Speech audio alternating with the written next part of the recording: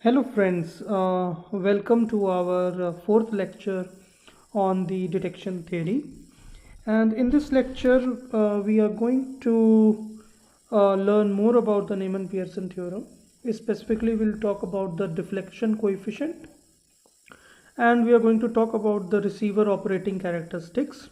And then we will also take up one example of a detection problem. Okay. So let's start. Let me first revise what we did in the last class. So we are discussing about the Neyman-Pearson theorem. In this, what we discussed was I'm again writing the statement here. To maximize PD for a given probability of false alarm equals alpha, decide H1 if, so we were writing the likelihood ratio here, the probability of x given H1 divided by probability of x given H0 is greater than lambda, where lambda is the threshold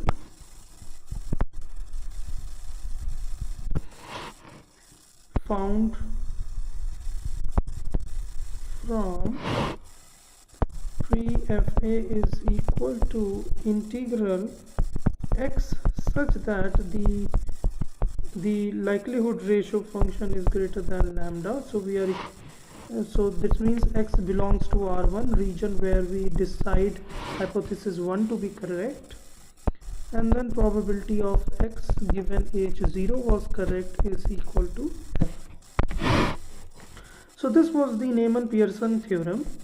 And then in the last class we discussed one sample, very small example that we discussed in the last class, which was if we were given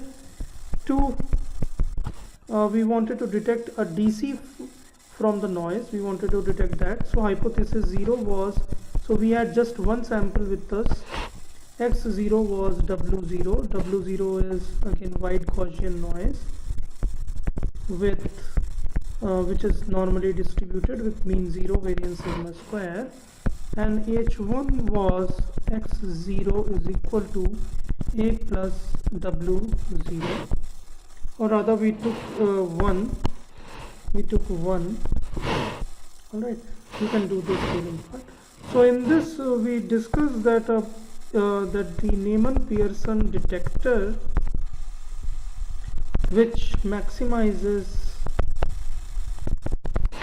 PD given PFA is equal to alpha, was that you have, if x0 is greater than q inverse of alpha, then we decide H1, otherwise we decide H0. Okay, so this till here we discussed in the last class. All right, how did we get that? You can check the last class to understand more details of how did we get these things here. Okay, now in this there are two things that I would like to introduce, two terminologies. The first thing is called as deflection coefficient.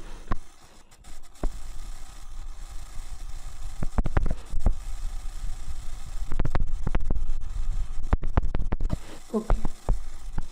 Now, what is deflection coefficient?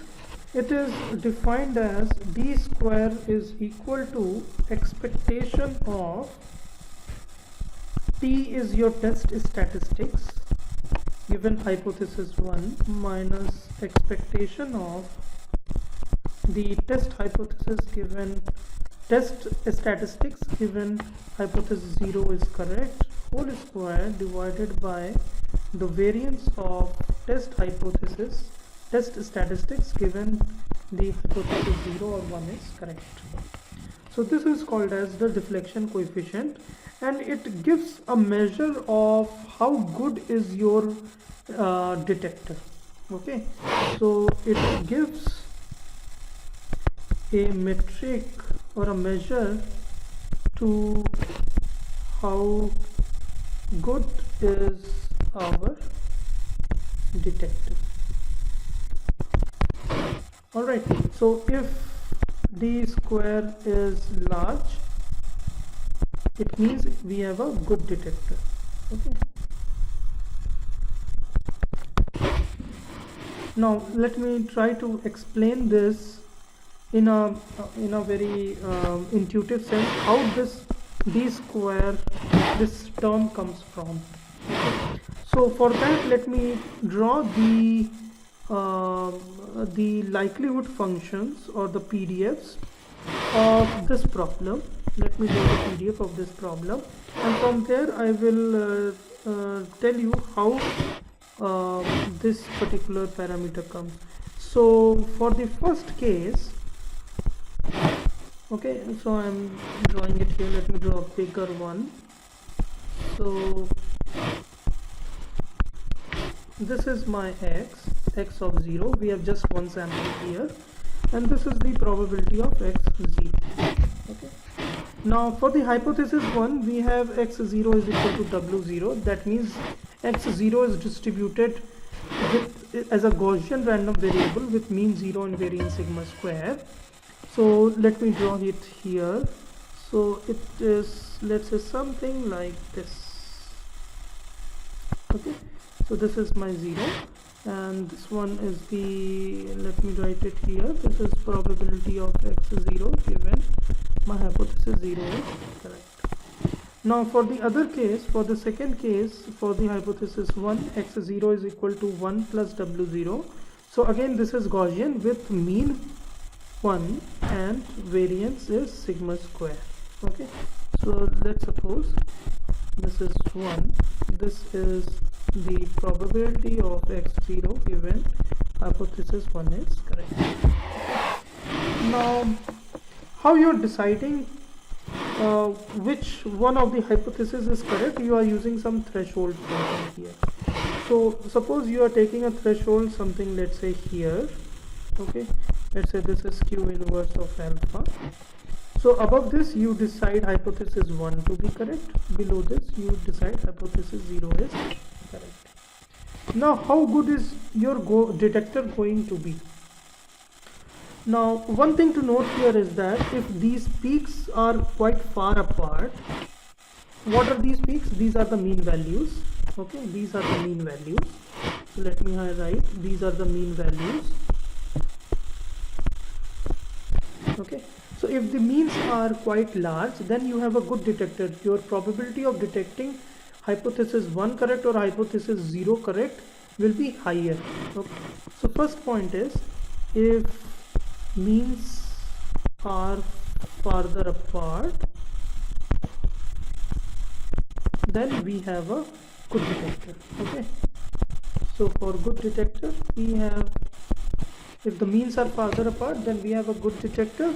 The second case is, see here we have Gaussians. Okay, so here we have Gaussians with certain spreads. So if the spread is small, suppose if rather than having this red curve, if your variance was small, let's say something like this, you had a better chance of detecting the hypothesis. Okay, so if the variance is, if variance is small, then we have a good detector. Okay, so you can see in this particular deflection coefficient, these two metrics are taken care of.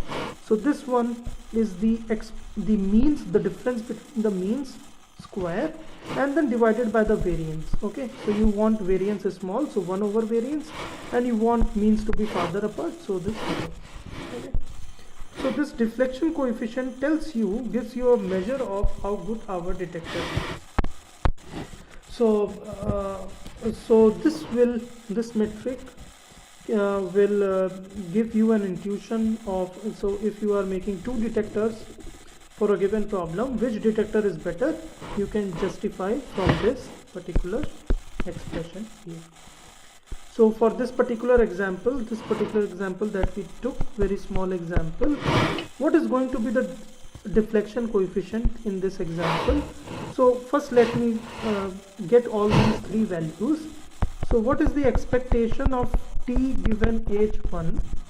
Now what is t here? T is called as the test statistic.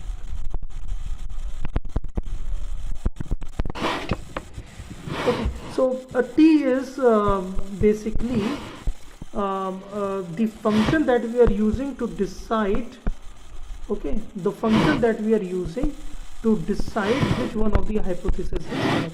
So here what we are using, the function is x0.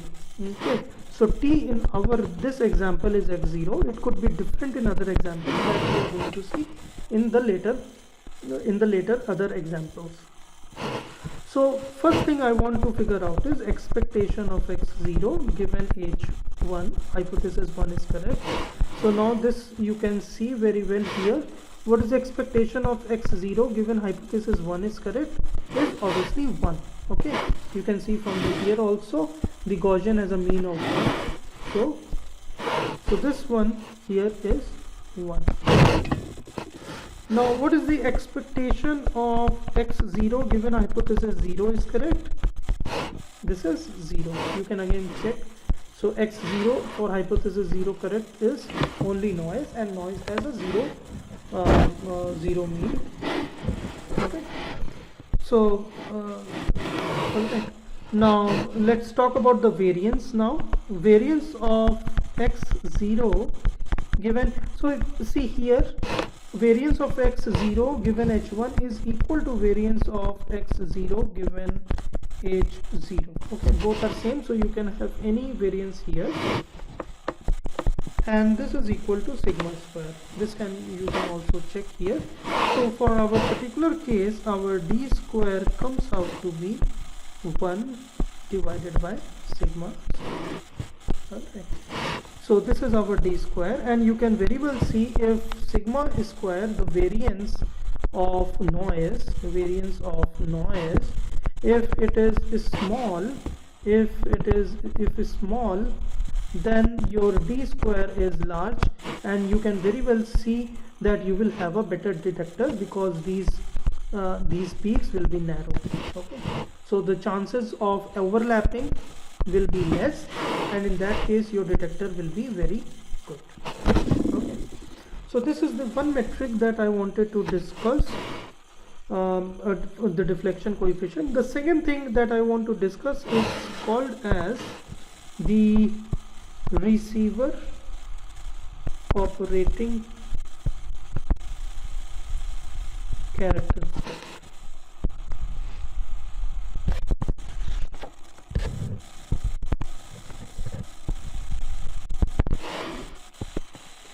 Now what it does is, what is the receiver operating characteristic tells me? It summarizes our NP detector performance. Okay, so it kind of summarizes the NP or the detector performance. Okay.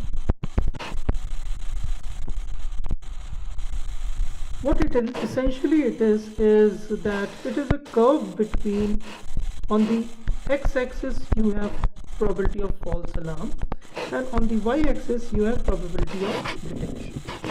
Okay, so it is a curve between probability of false alarm and probability of detection. In the earlier classes we had said that these two are correlated, these are related with each other, the probability of detection and probability of false alarm. So these are related quantities. PFA and PD are related to each other.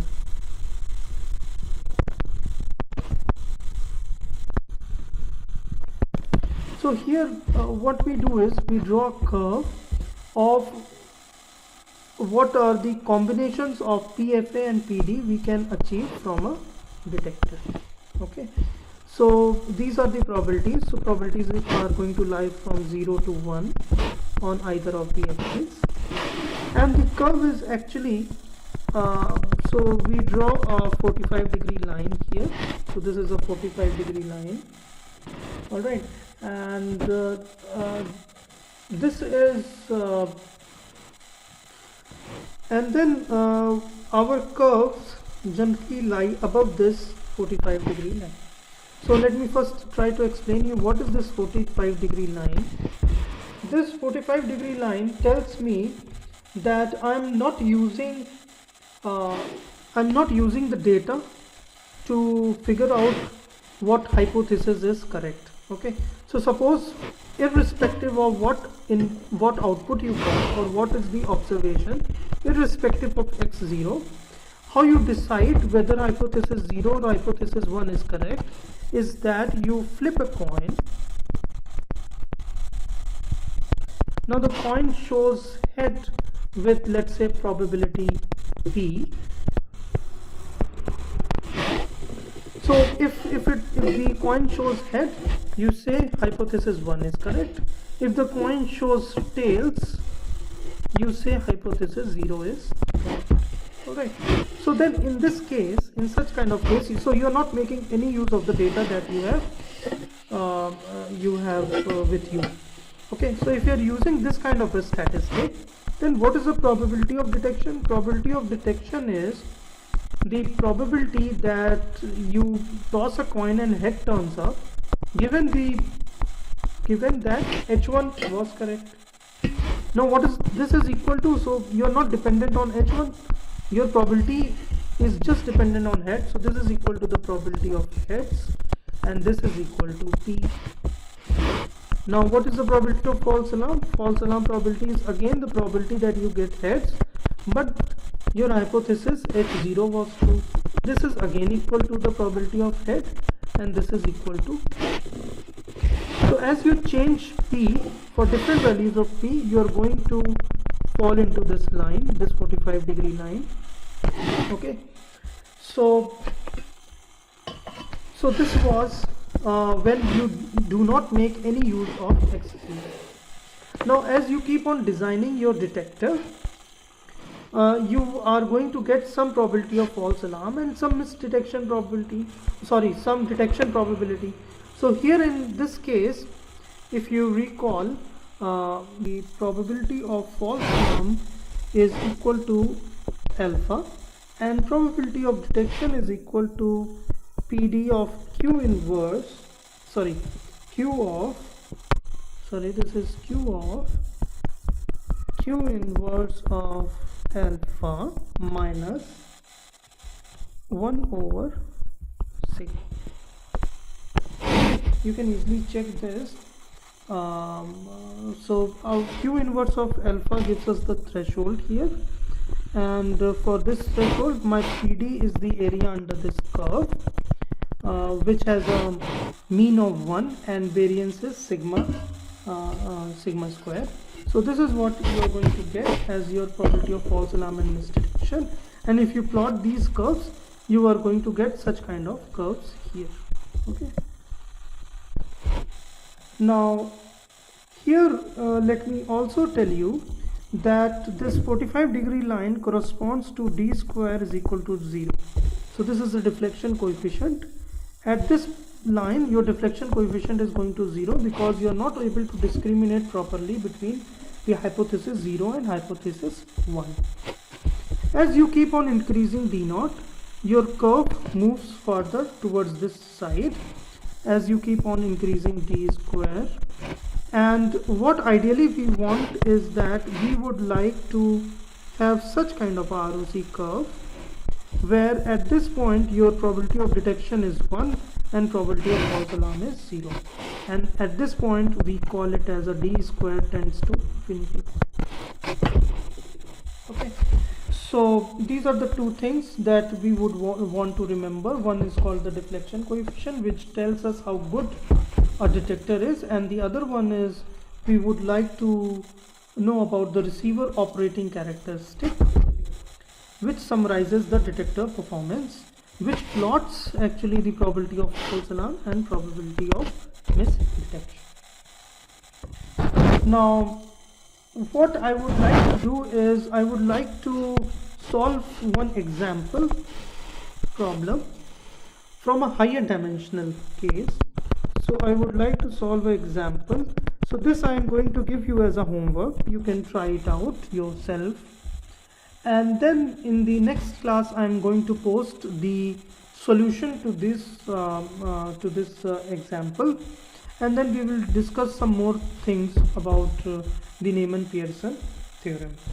Okay, so the problem is that now we are given hypothesis 0 is xi is the noise only. So this is the noise only hypothesis where I is going from 0 to capital N minus 1. So now rather than taking one sample at a time, we are now going to take n samples at a time. And the hypothesis 1 is again the same thing, where xi is equal to now A is my DC plus the noise Wi. And again I goes from 0 to capital N minus 1.